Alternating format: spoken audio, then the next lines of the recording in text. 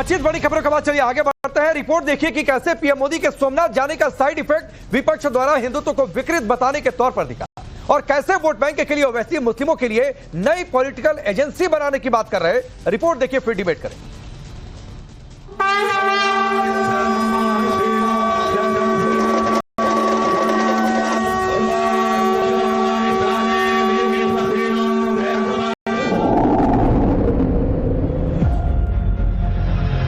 Hindutva is Hinduism in paranoia. मुझे गर्व है कि मैं हिंदू हूं, कि हमने किसी का छीना नहीं, हमने किसी को जबरन गुलाम नहीं बनाया। अगर आप सिर्फ वोटर बनेंगे तो आपकी मॉब लिंचिंग होगी। मजलिस आपसे कह रही है कि अपनी एक पॉलिटिकल एजेंसी को पैदा करिए। असदुद्दीन ओवैसी और अकबरुद्दीन ओवैसी से मैं बताना चाहता हूं, अब थ्रेटन करने से देश का जनता डरते नहीं। देश की राजनीति में एक बार फिर आस्था और एजेंडा आमने सामने खड़े हैं। रविवार को पीएम मोदी ने सोमनाथ मंदिर में पूजा अर्चना की तो उसका ऐसा साइड इफेक्ट देखने को मिला कि हिंदू धर्म, हिंदुत्व और तुष्टीकरण के बीच खिंची लकीर खुली सियासी जंग में तब्दील हो गई। वोट बैंक की रेस में विरोधी हिंदुत्व को कटघरे में खड़ा कर रहे तो वैसे उसी वोट बैंक के लिए डर दिखाकर मुसलमानों की पॉलिटिकल एजेंसी बनाने की बात कर रहे हैं। कोलकाता की एक डिबेट में कांग्रेस नेता मणिशंकर अय्यर ने तो हिंदुत्व को हिंदू धर्म के लिए ही खतरा बता दिया, हिंदुत्व को हिंदू धर्म का विकृत रूप करार दिया।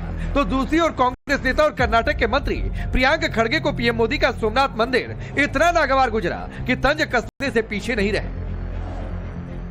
Hindutva is Hinduism in paranoia. It asks 80% Hindus to quiver in front of 14% Muslims. What is Hindutva? Hindutva is a BJP leader slapping a blind, hungry tribal girl because she attends a Christmas lunch in a church. Hindutva raids shopping malls to tear down Christmas decorations. Every week, Modi ji visits one temple, gives us Gyan Darshan on Itihas. Is that why he's been made the Prime Minister of the country? Congress नेताओं के ऐसे बयानों से सवाल उठ रहे कि क्या देश की सियासत अब खुलकर हिंदुत्व बनाम तुष्टीकरण की पटरी पर दौड़ पड़ी है। मणिशंकर अय्यर को करारा जवाब भी उसी मंच से मिला जब बीजेपी सांसद सुधांशु त्रिवेदी ने विपक्ष की राजनीति को बेनकाब करते हुए पूछा, क्या विपक्ष को जागा हुआ नहीं, डरता और भागता हुआ हिंदू ही अच्छा लगता है? What is Hinduism? जब हिंदू भागता रहता है तो हिंदुइज्म है। ढाका से भागा, चिटगांव से भागा, सिलहट से भागा, काबुल से भागा, लाहौर से भागा, कराची से भागा, आजाद हिंदुस्तान में कश्मीर से भागा, मालदा से भागा, 24 परगना से भागा, मुर्शिदाबाद से भागा और जो जिस शहर में रहता उस शहर के पुराने इलाके से भागा। भागता हुआ अच्छा लगता है, जागता हुआ अच्छा नहीं लगता है। बीजेपी कांग्रेस पर आग बबूला हुई तो कांग्रेस की प्रवक्ता सुप्रिया शिंदे ने बीजेपी को ढोंगी हिंदुओं से भरी पार्टी बता दिया। वहीं मणिशंकर अय्यर के बयानों पर मुस्लिल कर रखने वाली समाजवादी पार्टी ने भी बीजेपी को घेरना शुरू कर दिया। ढोंगी हिंदुओं से बीजेपी भरी पड़ी है। हिंदू धर्म का और राष्ट्रवाद का सर्टिफिकेट बीजेपी कतई न दे। बीजेपी ढोंगी, मौका परस्त पार्टी है और उसी तरह की गंदी राजनीति करती है, भाई को भाई से लड़ाने का काम करती है। देखिए, मणिशंकर अय्यर के बयान पे समाजवादी पार्टी को कोई टिप्पणी नहीं करनी है। भारतीय जनता पार्टी हो, वो लगातार केवल जनता का ध्यान मुख्य मुद्दों से हटाना चाहती है, इसलिए वो कभी धर्म की बात करते हैं, कभी हिंदू मुसलमान की बात करते हैं। हिंदू मुसलमान वाली राजनीति हैदराबादी भाईजान की भी सामने आ गई, जो अपनी सियासी तकरीरों में मुस्लिम लीडरशिप खड़ा करने की आड़ में भड़काऊ बोल बोलते दिखे। पॉलिटिकल एजेंसी बनाने की वकालत करते हुए मुसलमानों को मॉब लिंचिंग से लेकर न जाने क्या क्या डर दिखा दिए। अगर किसी समुदाय की पॉलिटिकल एजेंसी नहीं है तो मुसलमानों की नहीं है, और हम सिर्फ वोटर बनकर रह गए। अगर आप सिर्फ वोटर बनकर रहेंगे तो घर पे बुलडोजर चलेगा। अगर आप सिर्फ वोटर बनकर रहेंगे तो नौजवान बच्चों को झूठे इल्जाम में जेल में डाल दिया जाएगा। जिस दिन आप अपनी पॉलिटिकल एजेंसी को बनाएंगे, जिस दिन आप शहरी बनेंगे, हुकूक आपको मिलना शुरू हो जाएंगे। सियासी एजेंसी के नाम पर डर की सियासत और ध्रुवीकरण का खुला खेल। हिंदू बनाम मुस्लिम और हिंदुत्व बनाम तुष्टीकरण के इसी सियासी संग्राम के बीच यूपी के सीएम योगी आदित्यनाथ का बयान भी आ गया, जिसमें उन्होंने हिंदू चेतना, आत्मगौरव और मानवता के परचम को दुनिया भर में बुलंद करने वाले स्वामी विवेकानंद के उद्गारों के सहारे कांग्रेस समेत विपक्ष पर करारा प्रहार किया। हमने किसी का छीना नहीं, हमने किसी को जबरन गुलाम नहीं बनाया। हमारे पास बल था, हमारे पास बुद्धि थी, हमारे पास वैभव था, लेकिन हमने किसी पर जबरन अपनी बात को थोपा कभी नहीं। मुझे गर्व है कि मैं हिंदू हूं।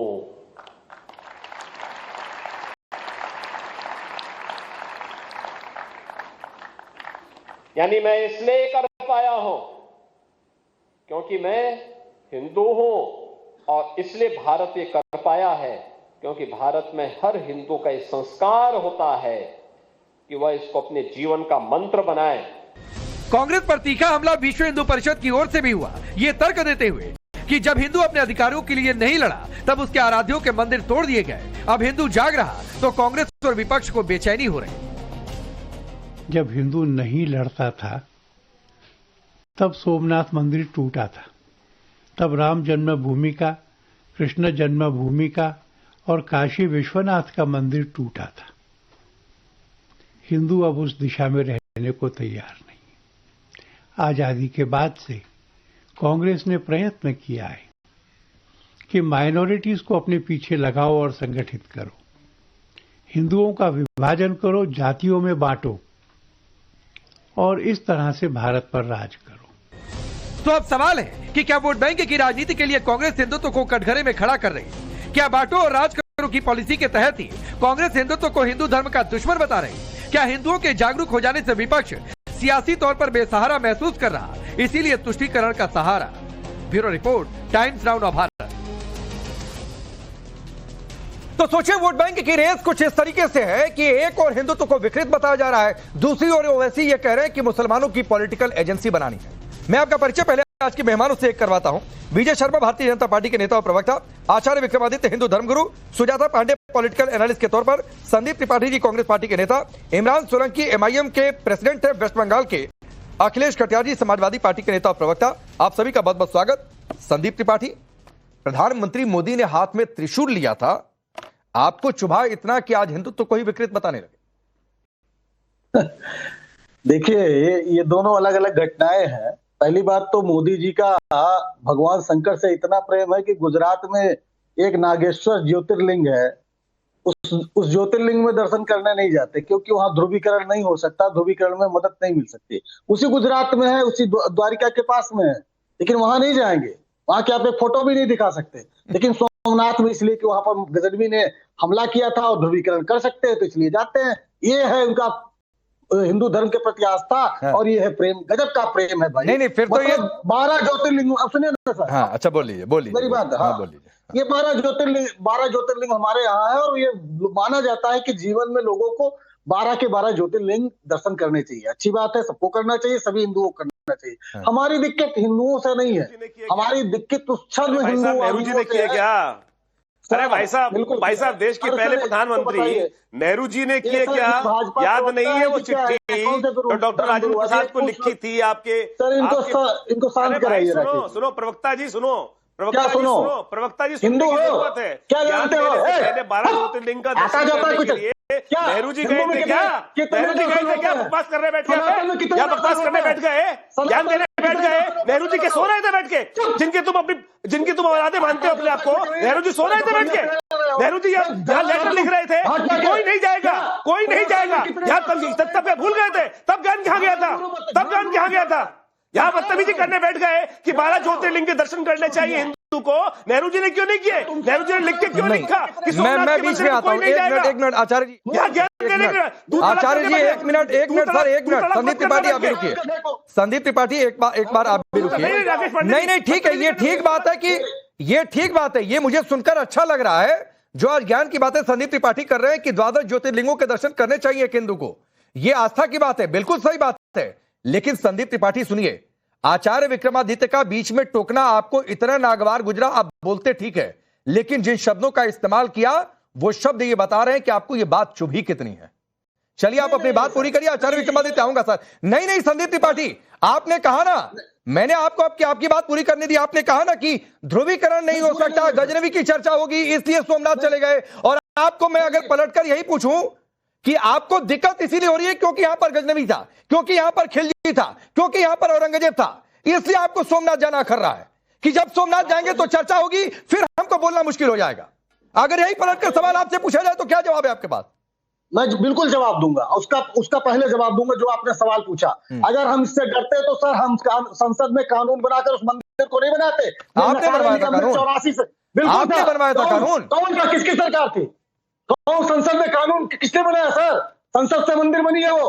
और ये दल्ले 84 से फिर आ गए शब्द पर, फिर आ गए शब्द पर, फिर आ गए आप शब्द पर, राजेंद्र प्रसाद को लिखी, फिर संदीप त्रिपाठी आ गए ना आप गलत शब्द पर। द्वारा लिखी गई, ये दिखा रहा है आपको दर्द कितना है, ये दिखा रहा है कि हिंदुत्व को विकृत जानबूझकर बोला गया है, सोच समझकर बोला गया है। आपको दिक्कत है क्योंकि वहां पर सोमनाथ से प्रधानमंत्री मोदी ने एकजुट रहने की बातचीत की।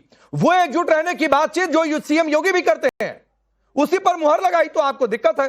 गजनवी खिलजी औरंगजेब की चर्चा हो रही है, इसलिए दिक्कत है क्योंकि सर आपकी वोट बैंक पॉलिसी के खिलाफ है। आपका वोट बैंक डिस्टर्ब होता है, इधर उधर चिटकता है। जी हमारी सिर्फ दिक्कत यह है कि आज उसी सोमनाथ में सर, मैंने कल आपके चैनल पे कहा था और रिपब्लिक भारत पे कहा था सर। देखिए आपको सुनिए, आप जब चैनलों पर डिबेट में जाते होंगे ठीक बात है, तो आप जाइए जिस चैनल पर आ करिए उस चैनल की बात क्या करिए संदीप त्रिपाठी को सुनिए, और सुनिए आप क्यों सीरियल ऑफेंडर हैं। सुनिए सर, आप जवाब दीजिएगा। हाँ, राहुल गांधी ने दिसंबर 2018 में कहा मैं हिंदू हूं लेकिन हिंदुत्ववादी नहीं। राहुल गांधी ने नवंबर 2021 में कहा था हिंदू धर्म और हिंदुत्व दो अलग अलग चीजें। राहुल गांधी ने नवंबर 2021 में कहा हिंदुओं को हिंदुत्व की जरूरत क्यों है। राहुल गांधी ने दिसंबर 2021 में कहा यह हिंदुओं का देश है, हिंदुत्ववादियों का देश नहीं है। राहुल गांधी ने जुलाई 2024 में कहा लोकसभा में हिंदू हिंदुत्व के अंतर को भगवान शिव की तस्वीर लेकर बता रहे थे, और अब मणिशंकर उसी रास्ते पर है। तो यह तो सिलसिलेवार तरीका है, ऐसा थोड़े नहीं है। राकेश जी बिल्कुल हिंदू और हिंदुत्व अलग अलग विषय है। प्रवचन शुरू होगा सर, पैनल में बैठे हुए किसी भी व्यक्ति को चैलेंज करता हूं कि 1923 के पहले 1923 के पहले हिंदुत्व शब्द का जिक्र किसी भी धार्मिक पुस्तक में, किसी भी राइटर के द्वारा, किसी धार्मिक व्यक्ति के द्वारा किया गया हो, मैं राजनीति छोड़ दूंगा सर। रेफरेंस देके बताएं कि कहां पर जिक्र हुआ है। 1923 में जो है हमारे एक फर्जी सावरकर इस बात का, हिंदुत्व का ये किताब लिखते हैं, इसके बाद हिंदुत्व का जिक्र होता है।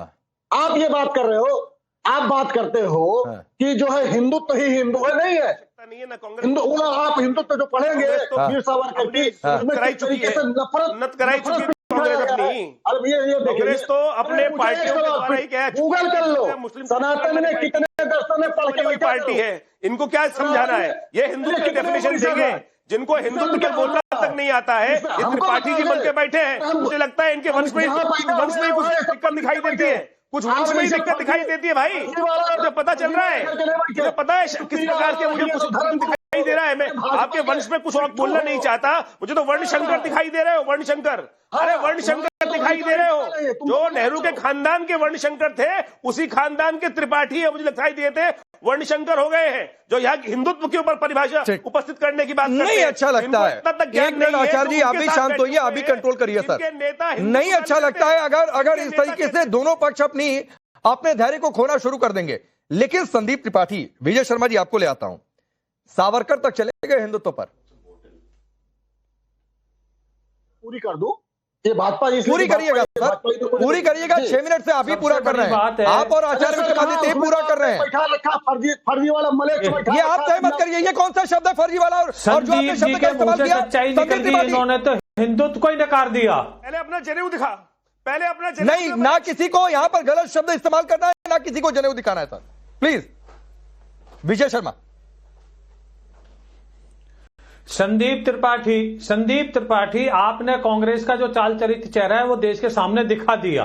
आपने बता दिया कि हिंदुत्व को नकार दिया आपने कि 1923 के बाद में। इसका मतलब आप जो है एडमिट नहीं करते हो, आप नकार देते हो, आप हिंदुत्व के खिलाफ हो, हिंदुओं के खिलाफ हो।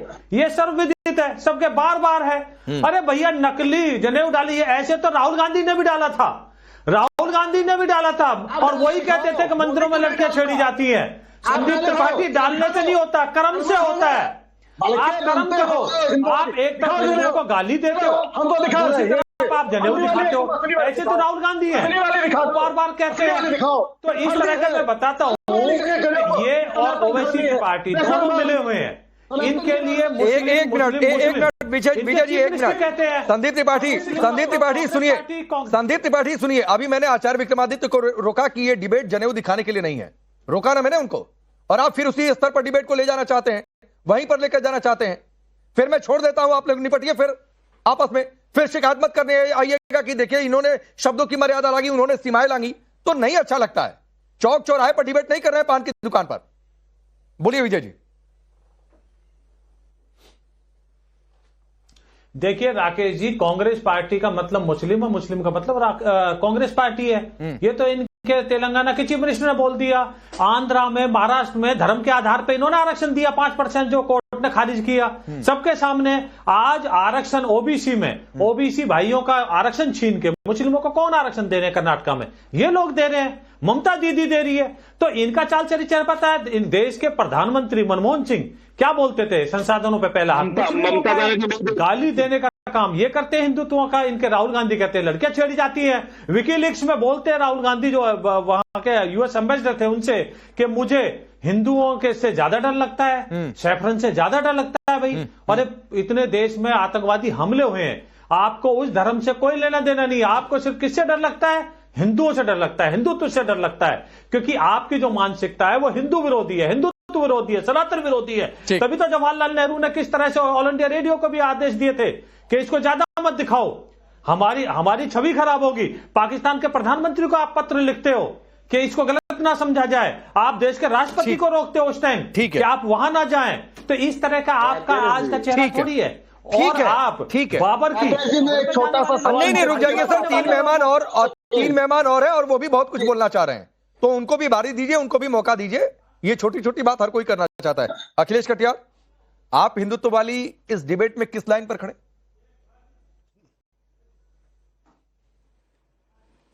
नहीं, हिंदुत्व वाली जो डिबेट है, पश्चिम बंगाल में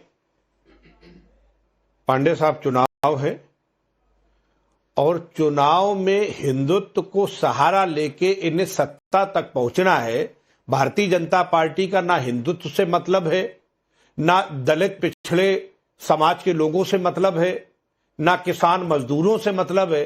इनका सीधा सा मतलब राजनीति से है, उन मुद्दों को खड़ा करना जिससे सत्ता का रास्ता साफ हो जाए और सत्ता में आसानी से पहुंचा जा सके। उसके लिए जिस भी रास्ता को अपनाना पड़े उसके लिए अपना रहे। ठीक, तो उनके लिए ये विचारधारा, और इस देश में चाहे राहुल गांधी हो, चाहे अखिलेश यादव हो, चाहे तेजस्वी हो या ममता बनर्जी जी हो, ये तो हिंदू है नहीं। इन्हें सर्टिफिकेट भाजपा देगी, ये हिंदू है या नहीं है। ये जो बोलते हैं इन्हें सर्टिफिकेट भी लिख के दिया जाएगा कि राष्ट्रवाद के अंदर आता है या नहीं आता है, ये तो सब भाजपा देगी ना पांडे साहब। तो इनका असली तौर पे जो गैर भाजपा दल है, चाहे शिबू हेमंत सोरेन साहब का हो, चाहे अरविंद केजरीवाल जी का हो, चुनाव के पहले ईडी सीबीआई लगाना, ऊट पटांग मुद्दे खड़े करना और फिर किसी तरीके से सत्ता को हथियार लेना और कुर्सी पे बैठ जाना, उसके लिए जो शब्द और जो रास्ता ठीक लगता है भाजपा उसे अपनाती है। ठीक है, मैं इस पर आऊंगा अखिलेश कटियार जी की ये जो धर्म का इस्तेमाल कौन सियासत के लिए कर रहा है, मैं आऊंगा इस पर। लेकिन उससे पहले सवाल यह था कि क्या हिंदुत्व को आप भी विकृत मानते हैं?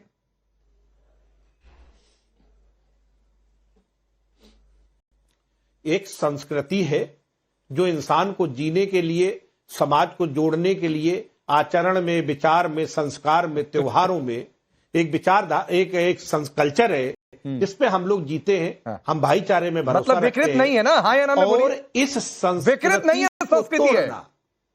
हिंदू तो विकृत नहीं है, संस्कृति है जी, यही ना? ये एक नहीं, विकृति को तो सवाल ही नहीं उठता है। विकृत को कैसे कह दिया जाए? अब एक मेरी दो बातें हैं। एक तो ये सवाल विकृत नहीं कह सकते। नहीं अखिलेश भाई सुनिए, अब ये सवाल अपने माननीय अध्यक्ष को कहिएगा कि माननीय राहुल गांधी जी से पूछे जब 27 के लिए आप लोगों के सीटों का बंटवारा होगा, क्योंकि 27 में फिर ये सवाल उठेगा चुनाव में कि ये हिंदुत्व को विकृत बता रहे थे, आप कह रहे हैं हिंदुत्व संस्कृति है और सभी ये मानते हैं कि हिंदुत्व संस्कृति। तो ये सवाल का जवाब पहले क्लियर करवा लीजिएगा, क्योंकि ये सवाल तो उठेगा 27 के चुनाव में कि जनता किसके साथ है, हिंदुत्व को विकृति बताने वाले या संस्कृति मानने वालों के साथ में है। मैं तारीफ कर रहा हूं कि आप संस्कृति बता रहे हैं, विकृति नहीं बता रहे हैं, लेकिन आपने धर्म की सियासत की बात कही तो सुजाता पांडे एक सवाल तो उठेगा कि क्या कटियार भाई, मैं आता हूं, क्या कटियार भाई ये सवाल ममता बनर्जी से भी पूछेंगे कि वो मंदिर बनवा रही है तो किस लिए बनवा रही, और वो भी सरकारी।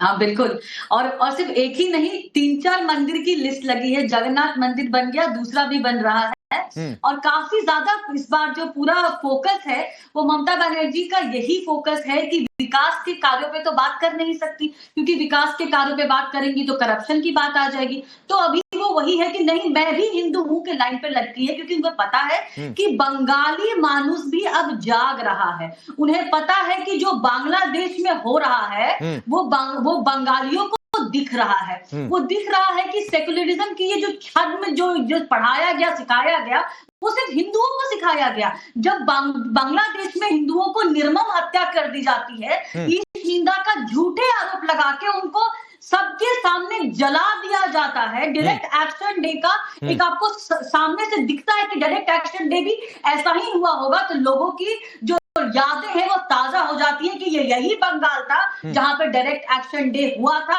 और हिंदुओं को पकड़ पकड़ के उनके गले काटे गए थे, और ये वही बंगाल है। ममता बनर्जी जानती है कि हिंदुत्व तो सावरकर ने काफी बाद में लिखा, उसके पहले हिंदुत्व जो यहाँ कोई तो बता रहा था जो पढ़ते लिखते हैं नहीं, और सावरकर ने रचा था, सावरकर ने नहीं रचा था। बंगाल की धरती से हिंदुत्व का वर्ड निकला था, और वो जो निकला था वो 1892 में ही शायद निकला था, जब सावरकर के काफी पहले। और बंगाल ही वो धरती है जहां पे अंग्रेजों के खिलाफ, कन्वर्जन के खिलाफ, मुगलों के आतंक के खिलाफ ये पूरा मूवमेंट चलाया गया था, जिसमें रविंद्रनाथ टैगोर भी शामिल थे, अरविंदो घोष भी शामिल है, और विवेकानंद भी शामिल है। तो ममता बनर्जी को पता है कि बंगाल की संस्कृति हिंदुत्व की संस्कृति है, क्योंकि हिंदुत्व जो है वो साक्ष की संस्कृति है। इमरान भाई बस 30 सेकंड दीजिए, अखिलेश कटियार ने दोबारा इशारा कर दिया, जल्दी बोलिए।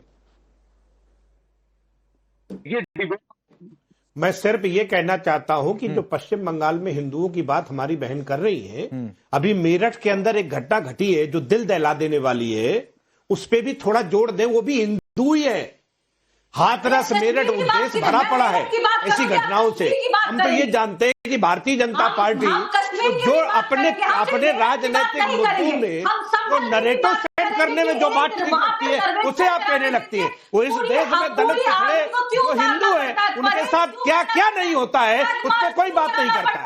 आपको बाकी जगह की बात कि आपको तुष्टीकरण की राजनीति में चीजें सहयोगी लगती है, आप उस पर बात करने उनको रातों रात नहीं, ठीक है, सिर्फ मेरठ की बात नहीं करेंगे ना, ठीक है, मेरठ की बात सिर्फ नहीं करेंगे, हम बंगाल की भी सुजाता जी आप पश्चिम बंगाल की बातचीत करेंगी तो वो तुष्टीकरण है, और ये मेरठ की बात करेंगे तो ये धर्मनिरपेक्षता है। ये अलग अलग पैमाना है, ये अलग अलग पैमाना है। लेकिन अखिलेश कटियार, हाँ नहीं ठीक है ना, ये आपके हिसाब से है सर, लेकिन आपकी जिस परिभाषा के हिसाब से अगर पश्चिम बंगाल में हिंदुओं की बात करना तुष्टीकरण है, तो फिर मेरठ में भी हिंदुओं की बात करना क्या है? आप खुद सोचिए। नहीं, मुर्शिदाबाद में जो हुआ उसकी बात कौन करेगा राकेश जी? नहीं बिल्कुल ठीक बात है।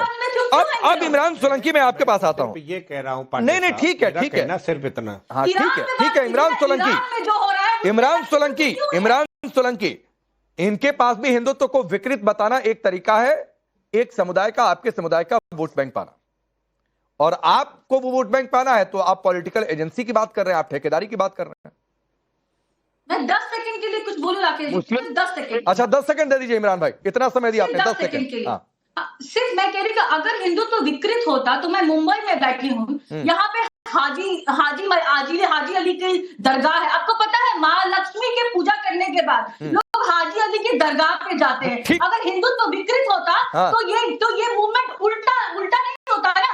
हिंदू जाता है कि नहीं जाता है हाजी अली की दरगाह पे, लेकिन क्या कोई मुस्लिम जाता है महालक्ष्मी के दरगाह पे? तो यहाँ दिखता है कि कौन विकृत है कौन नहीं विकृत है। ठीक है इमरान सोलंकी, हमारा हिंदुस्तान संविधान चलेगा, ना कि हिंदू कर रहे हैं, ना हिंदू वंदे मातरम कहेंगे। एक मिनट बोलने दीजिए सुजाता जी, बोलने दीजिए। सबसे आखिर में इमरान सोलंकी के पास किया, बोलने दीजिए उन्हें।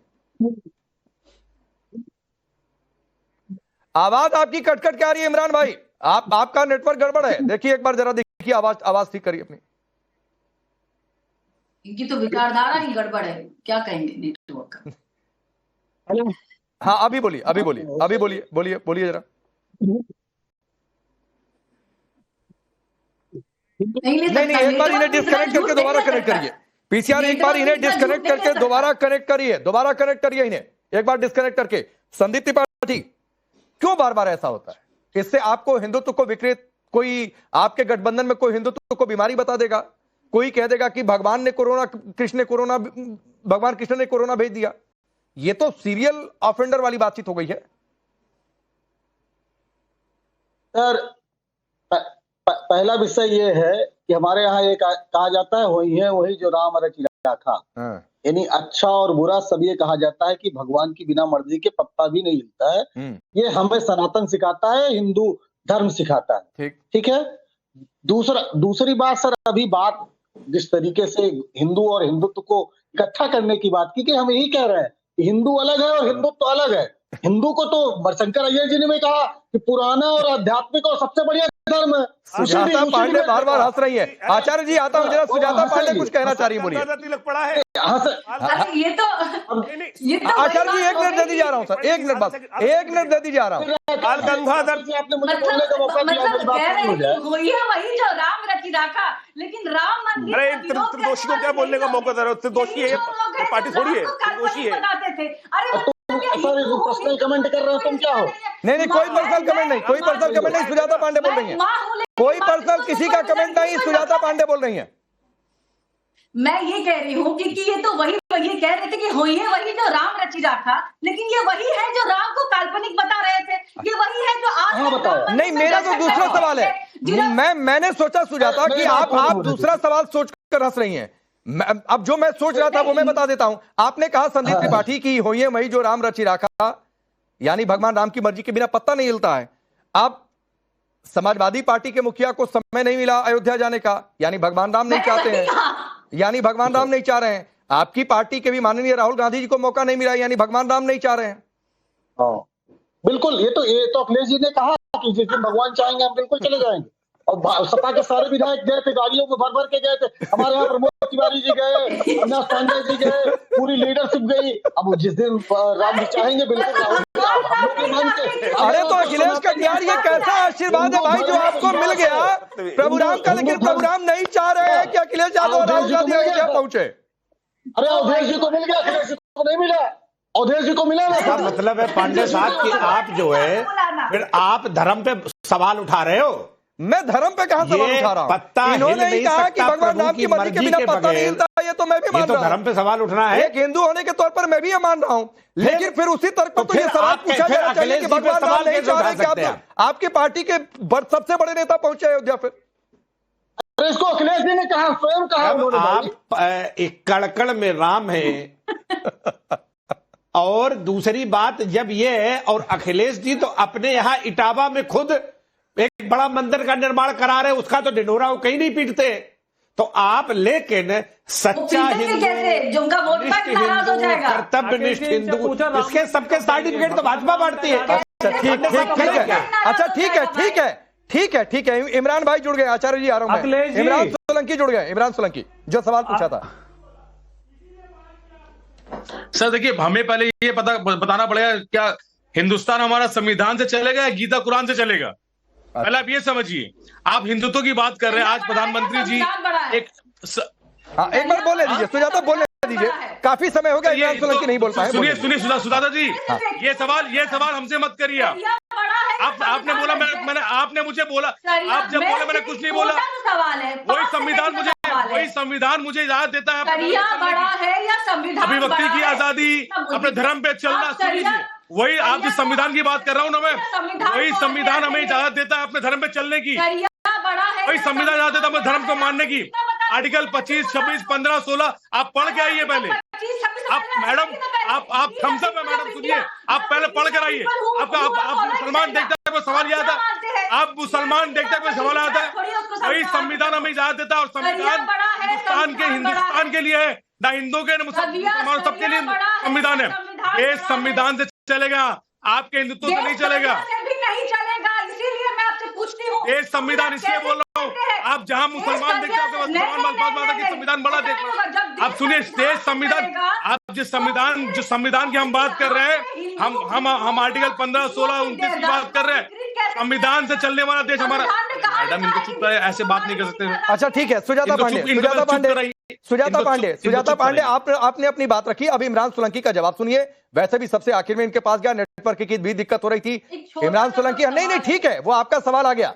इमरान सोलंकी, आपने कहा गीता कुरान से नहीं चलेगा, देश संविधान से चलेगा, सही भी बात है। तो उस पर पलटकर सुजाता पांडे ने पूछ लिया कि फिर शरिया से भी नहीं चलेगा, फिर शरिया की भी दुआई नहीं देनी चाहिए। तो शरिया से नहीं, शरिया चलता भी नहीं है देश। नहीं, देश चलता भी नहीं। नहीं ठीक है, फिर तो यूसीसी पर आपत्ति नहीं होनी चाहिए। फिर वो डिबेट यूसीसी में घुस जाएगी, वो सर उसके लिए बुला लिए, उसके लिए भी फिर वो यूसीसी की ओर डिबेट चली जाएगी। सुन लीजिए, देश अगर शरिया से नहीं संविधान से चलेगा तो सबके लिए एक जैसा नियम होना चाहिए। बिल्कुल। फिर हटाइए ये 4 शादी वाली बातचीत, हटाइए बहुत सारी चीजें। कर पाएंगे आप हिंदुओं की शादी कैसे करवाएंगे? खाली फेरा करवाएंगे, और जो अपने जल्लीकट्टू के लिए करते हैं तमिलनाडु में कैसे करवाएंगे, मेघालय में कैसे करवाएंगे? तो 3 शौहर रखते हैं, औरतें शादी कर सकती है, कैसे करेंगे आप करिए, फिर सब मिलकर करिए। हो गई ना दिक्कत आपको, हो गई दिक्कत आपको। इमरान सोलंकी, थोड़ा सा आईना दिखाया आपको बेचैनी हो गई, थोड़ा सा आपको आईना दिखाया आपको बेचैनी हो गई। चलिए मेरे सवाल पर आइए, मेरे सवाल पर आइए। आचार्य विक्रमादित्य भी मुस्कुरा रहे हैं। मेरे सवाल पर आइए सर, ये जो पॉलिटिकल एजेंसी का आपने शिगुफा छोड़ा है कौम के नाम पर, इससे क्या आप सबसे बड़े नेता बन जाएंगे मुसलमानों के? हम मुसलमानों के नेता बनने नहीं, हम उस समाज, हम उस कौम के लिए आए हैं जो हिंदू, मुस्लिम, जो गरीब, दलित, आदिवासी लोग हैं, उसमें मुसलमान भी आते हैं। और अगर दलितों की अगर आवाज है, आपके कुर्मियों की आवाज है, हर धर्म की जाति के लोगों की आवाज है, तो मुसलमानों की आवाज में क्या बुरी बात है? आप बताइए, ऐसा बोलते हैं मुसलमान आवाज, क्या बुरी बात है? क्या पॉलिटिकल प्रेजेंटेशन नहीं होना चाहिए? हर समाज का पॉलिटिकल प्रेजेंटेशन बिल्कुल होना चाहिए, समाज को लेते हैं। नहीं, मैं बता सुजाता एक मिनट। हाँ, मैं बता रहा हूं क्या बुरी बात है सर। आप बात करिए, सबकी ठेकेदारी लीजिए, कोई दिक्कत नहीं है। लेकिन फिर सवाल ये उठता है कि आप कहते हैं हम मुसलमानों की नहीं सबकी बात करते हैं, तो आपकी पार्टी के नाम में ही मुस्लिमीन है। और दिक्कत किस बात से मैं बता रहा हूं, आप करिए ना, पॉलिटिकल एजेंसी बनाइए, क्या दिक्कत है? लेकिन दिक्कत क्या है मैं आपको बता रहा हूं सर। दिक्कत क्या है, सुनिए सर, दिक्कत क्या है जब आप ये कहेंगे कि नौजवान जेल में डाले जाने का डर दिखाएंगे। दिक्कत यह है जब आप वोट के लिए मॉब लिंचिंग का डर दिखाएंगे। जब आप ये कहेंगे कि सिर्फ वोटर बनकर रहेंगे तो शहरी नहीं बन सकेंगे। क्या मुसलमान इस देश का शहरी नहीं है? ये आप गलत बातें क्यों कर रहे हैं? दिक्कत इस बात से है कि जब आप ये कहते हैं कि जिस दिन आप पॉलिटिकल एजेंसी बनाएंगे तभी हक मिलेगा, क्या आज के देश में आज के मुसलमानों को हक नहीं मिल रहा है? दिक्कत इस बात से है। देखिए, अगर हम पॉलिटिकल रिप्रेजेंटेशन की बात करते हैं, सब अगर बात करें तो क्या बुरी बात है? कोई बुरी बात नहीं है। पॉलिटिकल रिप्रेजेंटेशन है तो फिर तो इसमें क्या दिक्कत? आप सुजाता जी बोल रही हैं, समाजवादी पार्टी भी जातियों की बातचीत करती है, जातियों के हक की बात करती है। क्या बुरी बात है? करते रहिए, लेकिन आप डर दिखाएंगे, ये गलत बात है। अगर वो डर दिखाएंगे तो वो भी गलत बात होगी। नहीं, हमने ये कहा, असद साहब ने ये कहा कि भाई मुसलमान और रिप्रेजेंटेशन होना चाहिए पॉलिटिकल, अपना नेता पैदा करो। अब जो मैंने कोट किया वो मॉब लिंचिंग का डर दिखाइए। आप ये कहिए जिस दिन आप अपनी ठेकेदारी बनाएंगे तभी शहरी कहलाएंगे। ये कौन सी बातचीत है? बांग्लादेश में मॉब लिंचिंग हो रही है, उसके बाद आप बांग्लादेश चले गए या हिंदुओं को? आप बांग्लादेश चले गए? आपके बीजेपी के प्रवक्ता ने बोला, अभी आपके सुजाता जी आप बांग्लादेश चले गए तो आप जा रहे हैं, मैं नहीं जा रहा। आप लोग, मैं कहा बांग्लादेश गया भाई? आपने बोला, मैं कहा बांग्लादेश गया? बीजेपी नहीं, बीजेपी के प्रवक्ताओं की बात कर रहा हूं, और जो सुजाता जी बोल उनकी बात कर रहा हूं। वो बांग्लादेश में जो मुसलमान हिंदुओं को मार, उसके लिए बोल रहे। अरे हम भी तकलीफ में, असदुद्दीन ओवैसी मेरे पार्टी पर जो सदर है, उन्होंने पहले कहा मुझसे खिलाफ है, जो हुआ मुझके परिवार के साथ है। अरे बांग्लादेश की कहां चर्चा हो रही है? विजय शर्मा बांग्लादेश की कहां चर्चा हो रही है भाई? मैंने तो कहा कि भाई ये डर दिखाने के बाद मॉब लिंचिंग, जेल, शहरी तभी कहलाएंगे। ये बांग्लादेश पहुंच गया। राकेश जी, मैंने तो बांग्लादेश का नाम भी नहीं लिया। क्या आपके लिए कोई नहीं खड़े? राकेश जी, मैंने बांग्लादेश का नाम भी नहीं लिया, लेकिन मैं बताता हूँ, ये कहते हैं कि हिजाब पहनने वाली देश की प्रधानमंत्री बनेगी। अरे पहले अपनी अध्यक्ष तो बना दो हिजाब पहनने वाली। अरे आप पसमानदा एक मुस्लिम को बनाते दो, कोई अहम पद तो दे दो। आप मुझे बताइए, पाकिस्तान में, बांग्लादेश में, पाकिस्तान में बेनजीर भुट्टो, बांग्लादेश में 2 औरतें रही, वहां की प्रधानमंत्री, उन्होंने कभी हिजाब पहना क्या? बता दो ना आप मुझे। जॉर्डन के शाह जो पैगंबर साहब के फैमिली से आते हैं, उनके यहाँ कोई हिजाब नहीं पहनता। आप किस तरह की बातें कर रहे हो, देश को कहां ले जाना चाहते हो?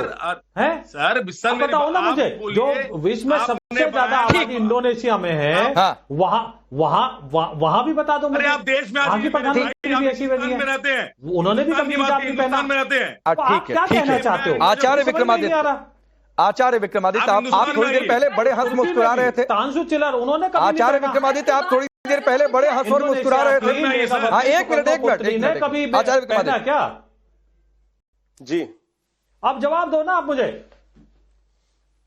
बताइए। लगता है कि जवाब दो। मुस्कुराने का कारण था ये था कि इतने पका गए AIM वाले जल्लीकट्टू को भी यूनिफॉर्म सिविल कोड में ला दिए। अरे जल्दी बदहवास ना होइए, इस देश के अंदर हिंदुत्व जाग रहा है और यहाँ इस डिबेट के अंदर अभी सबसे पहले आरंभ के अंदर ना आपने नवाब साहब की शादी सुनाई थी और बेकसूर मुसलमान क्या करेंगे? बेकसूर मुसलमान जेल में जा रहा है। अरे डॉक्टर उमर से लेकर तमाम लोग बम फाड़ रहे थे, वो बेकसूर है। अरे सुनिए तो हिंदुस्तान का बहुत सारे हिंदू के नाम भी है देश में, किसी पाकिस्तान में मुखबरी कर रहे थे, लेकिन क्या करेंगे? लोग जो है धर्म से मत जोड़िए उसको, कोई देश आप धर्म से मत जोड़िए, केवल राजनीति धर्म से नहीं जोड़िए, करने के लिए कुछ भी धर्म से काम कर लेंगे। यहाँ बैठे हुए तमाम लोग जिस प्रकार का आप ओबीसी बोल रहे थे भाई साहब, कि जब शुरू में बोल रहे थे कि बेकसूर मुसलमान जेल में जा रहा है, मुझे बता दीजिए डॉक्टर बेकसूर है? बिल्कुल जा रहा है, बेकसूर है जो देश को तोड़ने का काम कर रहा है, ठीक है, देश में बम विस्फोट कर रहा है, बेकसूर कहां से हो गया? बेकसूर हो गए। ठीक है, नहीं आचार्य विक्रमादित्य वो बेकसूर किसके लिए हो सकता है? शायद इशारा उमर खालिद और शर्जील इमाम तक था, क्योंकि वो बेकसूर नजर आते हैं जो देश के टुकड़े टुकड़े करने की बात करे। और सुनिए इमरान सोलंकी, आपने ठीक कहा कि धर्म को बीच में मत लाइए, लेकिन धर्म को बीच में लाया किसने? जब आप धर्म के आधार पर जेल में डालने की बात करें, आप मॉब लिंचिंग का डर दिखाने की बात करें, आप कह रहे हैं कि तभी शहरी कहलाएंगे, शहरी कहलाने की परिभाषा आप धर्म के आधार पर तय कर दें, तो आप सोचिएगा कि धर्म को बीच में कौन लाए। वक्त इतना ही आज के लिए, आप सबका बहुत बहुत शुक्रिया।